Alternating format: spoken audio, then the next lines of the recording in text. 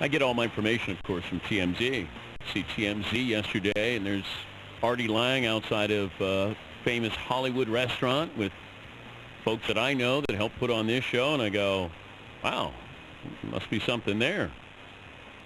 Artie Lange and Nick DePaolo did a radio show last week, and Artie always loved his sports knowledge and enthusiasm, big Yankee fan, and of course a former member of the Howard Stern show. So I saw that Artie may want to get back into radio, or the possibility, and I said, man, him and Nick doing some sports, that would be good. And Artie Lange joining us now. How you been, Artie? Dan Patrick with the whiff. How are you? I've been good lately. Stuff's all right now. But you're feeling good?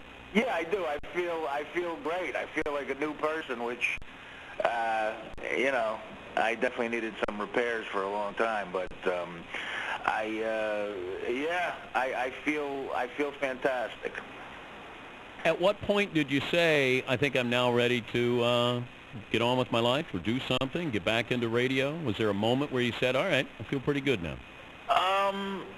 Yeah, I was sitting there, and the remote wasn't next to me, and I had a pizza on my chest, and I was looking at the Real Housewives of Orange County or something, and I was too lazy to get the remote to change the channel, and I knew that I needed a change in life, basically. I just had gotten to a point where it's either, change my life or just, I don't know, move to Alaska and become a farmer of some sort. I don't know. And I wanted to get back into radio, and I feel that radio has always been good to me, and I love it so much, and a chance to maybe do some sports with Nick, to mine. We'll see what happens. But you, after what you did with Howard and his team there, now you do something sports related. How difficult will that be, that transition of being Artie Lange comedian to Artie Lange sports show host comedian? I don't know. I've never been good with transitions on any level, so I don't know. I think it'll be smooth because I've always liked sports, and I've always liked at least trying to be funny about sports. It'll be great to just explore talking about, stuff like John Facenda and John Sterling and, what Mickey Rivers hit in 1976. I just can't get enough of that. Like there's classic rock, this would be classic sports, I don't think it'll be a hard transition at all because a lot of my stand-up was about sports. So, I think it'll be easy. But you, sometimes you don't want to do what's your hobby, what you love, if that makes sense to you, that you Right. don't want to do it all the time. Are you worried that you'll be doing sports all the time, that it might diminish your love of sports? Well, that's interesting. When I stopped gambling, I realized I wasn't as big a sports fan as I thought.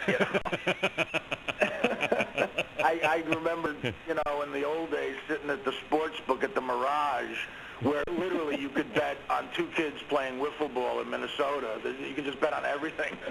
And I realized I had a problem when, at 4 a.m. you're asking people, did you see a Rice-Baylor lacrosse score? Did you get that? What is the biggest bet you ever laid down? The biggest bet I ever on a sporting event? Yeah. I had on the first Tyson Holyfield fight, I had 25 grand down on that, and I lost. I bet on Tyson. That was bad. That was bad because the odds weren't with me. I ended up losing like $75,000. Yeah, because people will say, well, how much have you lost? And you tell them how much you lost, but it depends on how much you make, too. Right. Yeah, so you could, if you lose 75 and you're making 100, then that's a pretty big loss there. Yeah, what's good with me with gambling was, as I started to make more money in life, I wasn't willing to go that next route. I had a bigger gambling problem. When I had $500 to my name, on a Tuesday night to make stuff exciting, I would put $1,000 on a college basketball game. And let me tell you something, that's an instant New Year's Eve right there. You watch that game very closely, and nothing's boring when you got double your net worth on it. But, losing $75,000 on a boxing match is just,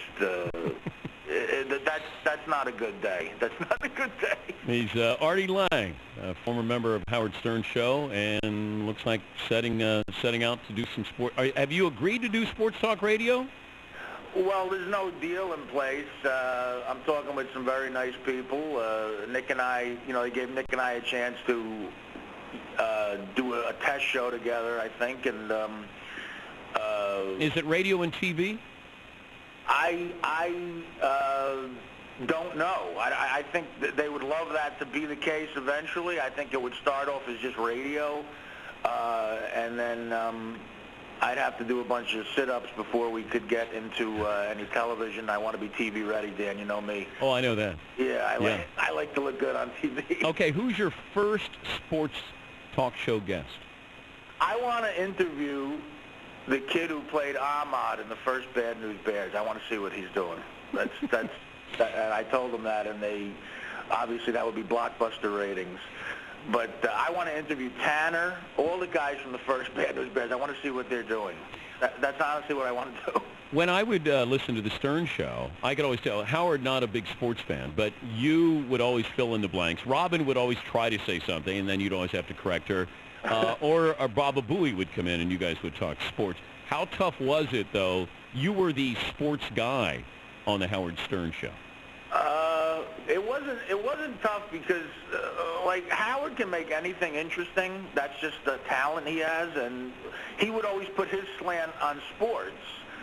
And if there were any details that needed to be filled in, I would try to do that. So it was just always fun. I remember, if we interviewed a sports figure, he would put the Howard Stern interview on a guy like, Johnny Damon or something would come on and talk about Gary's first pitch at the Met game or something, and Howard would make it an interesting interview that you never heard before because, people are busy asking Johnny Damon about mundane stuff that you've heard 2 million times. So I always had fun with sports, and I would always talk about my gambling on the show, and for years it was a big running joke because I would always bet against Tiger Woods. I would bet the whole field, and I happened to do that during his run where he won eight majors in a row. And the show was about honesty, and I'd be honest, and it was fun to talk about. It wasn't hard to talk about sports on the show. It wasn't hard to talk about anything on the show. What do you miss most about the Stern Show? Just having fun on the air. I miss it more than anything in the world. It was just so much fun to hang out with those guys. You forgot that you were on radio sometimes. There'd be times we'd be laughing so hard that we'd almost start crying at stuff. And, who gets that at work? And I did that for 9 years, and, I blew it because of my lifestyle. But my biggest regret is that I didn't take the steps that made me get better, 10, 20 years ago. But you can't look back. You got to look forward. That show was just a blast. The only part of it that remotely felt like work was getting up early. You got to get up like got a paper route. But the rest was just fun. Any chance that you would go back? I would love to. I would do any. If Howard wanted me to, I would vacuum the studio. I would do anything they wanted. But, I put them in a very, very crazy position, and I understand their apprehensions. I just get it, And Howard's a smart guy, and I think when he feels the time is right, maybe I'll go on there. But I would do it in a heartbeat. Obviously, I miss it, but. It's up to them, and I understand their position completely. They're smart over there. They know what they're doing radio-wise, Have you reached out to them, or they reached out to you? We've talked. Both has happened. Howard called me a bunch of times when I was going through the hardest parts of my ordeal and was always really nice. And he called me when I was in a psych ward once, which was, there was a kid in there that was a crystal meth addict, and he was a big Stern Show fan. And he happened to answer the phone when Howard called, and he came up to my room and he goes, "Artie, Howard's on the phone, Howard's on the phone." I'm sitting there talking to Howard Stern in the psych ward, and I said, well, my life has taken a few bad turns, I guess. Well, you're allowed to tell it, Artie. Yeah, there's a lot of guys in comedy that were good friends of mine who, I don't know if you heard, well, you know a guy named Greg Giraldo. Yeah. Died recently. I was friendly with him, and that was an eye-opener when he went. You know, he was just an amazing talent, and, you know, I decided I want to stick around for a while, you know, and that's a good feeling. Well, hopefully any help that I or we can give you with making it happen with you and Nick doing a sports show, you know, stay in touch. Thanks, Dan. I'll be calling you later then. I'll call you every day at home if that's all right. It's okay. It's fine. And maybe we could go to a Yankee game. I got a question for you. How does it make you feel that you invented this type of performer on ESPN, and now everybody just does like a Dan Patrick impression? I mean, every single guy they have on SportsCenter now tries to do what you sort of originated. Does that aggravate you at all? You know what? I like it when it's done correctly. Right. It's when everybody thinks that's how you become successful, if you have a catchphrase and you can say the whiff or The whiff. En fuego. That we did that to entertain ourselves. Right. It's sort of like, you know, in a bigger picture, Howard Stern looking at every morning show that is trying to emulate him. He has to look at it and go, come on, guys. But there are guys who do it right, do it correctly, who are entertaining. Right. Sort of how I view it in a watered-down version, lesser version.